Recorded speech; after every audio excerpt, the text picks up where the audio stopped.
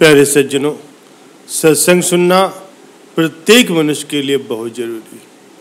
सत्संग से ही मनुष्य जीवन को जीने की कला सीखता है।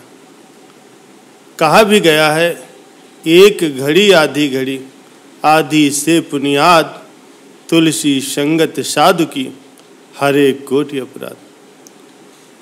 सत्संग का हमारे जीवन पर बहुत असर पड़ता है। सत्संग सुनने के बाद जीवन तृप्त हो जाता है।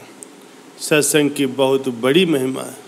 सत्संग को सुनने से हमारी किए हुए भूल, हमारी की हुई गलतियां हमें दिखाई देने लगती हैं और साथ ही साथ उसे सुधारने की सीख भी मिलती है।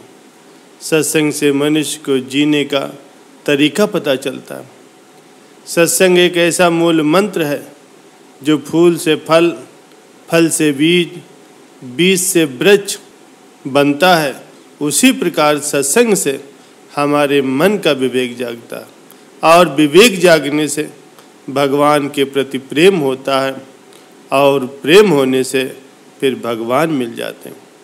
प्यारे सज्जनों, सत्संग को सुनने से हमारे करोड़ों करोड़ों जन्मों के पाप नष्ट हो जाते हैं।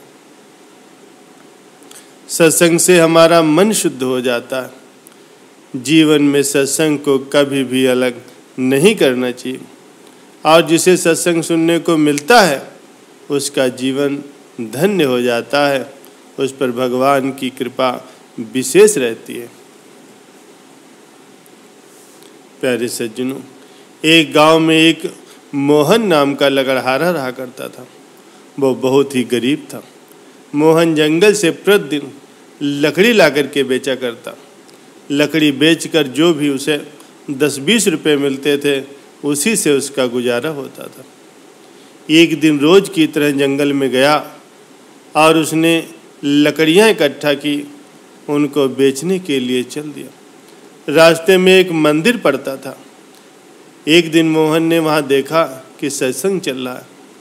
लकड़ी का गट्ठा वहीं रखा और मोहन सत्संग सुनने लगा। सत्संग में उसे इतना रस मिला कि वो भूल गया कि उसे लकड़ी भी बेचने जाना।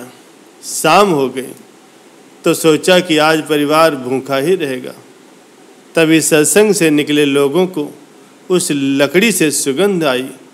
उन लोगों ने देखा तो सबने उसकी लकड़ी खरीद ली। देखते ही देखते उसने सारी लकड़ी बेच दी। उस दिन उसे लकड़ी के बदले 100 रुपये मिल गए। वो बहुत खुश हुआ। आज तक उसे अधिकतम 20 रुपये ही मिलते थे।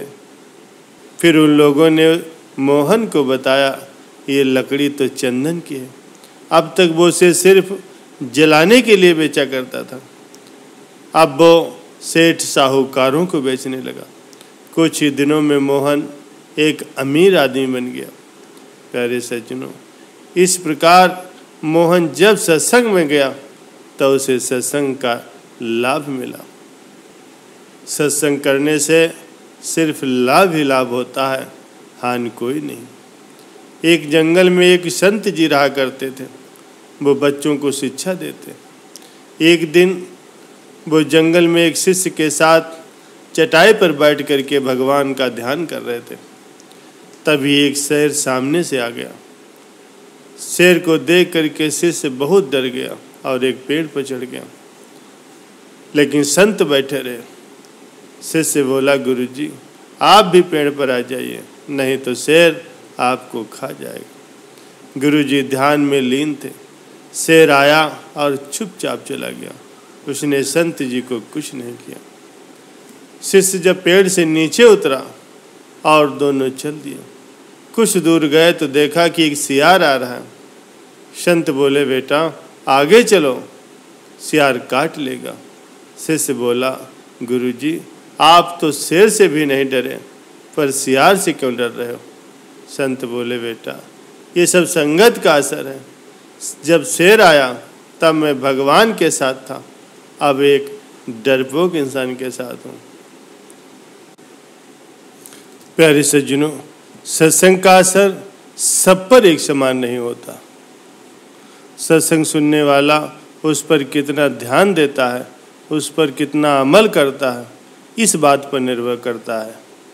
सत्संग सुनकर उस पर मनन करने से, उस पर अमल करने से ही सत्संग का पूर्णतः लाभ प्राप्त किया जा सकता है।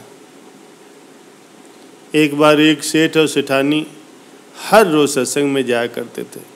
सेठ जी के घर एक पिंजरे में तोता पला हुआ था। तोता एक दिन सेठ जी से पूछने लगा, सेठ जी आप रोज कहाँ जाते हैं? सेठ जी बोले, मैं सत्संग में ज्ञान सुनने जाता हूँ।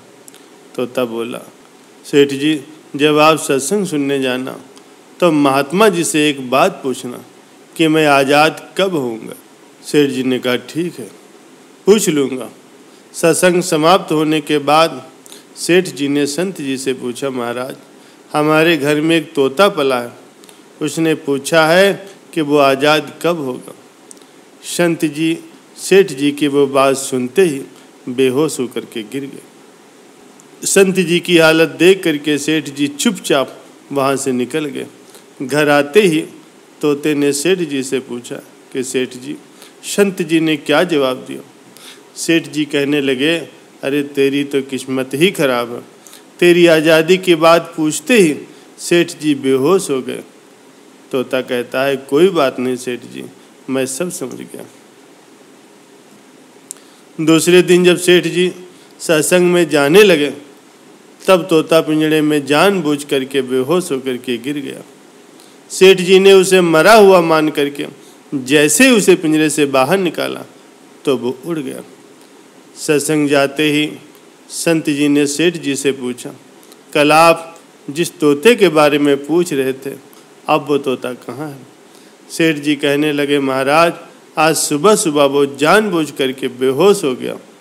मैंने देखा कि कहीं वो मर तो नहीं गया, इसीलिए मैंने उसे जैसे ही पिंजरे से बाहर निकाला वो उड़ गया।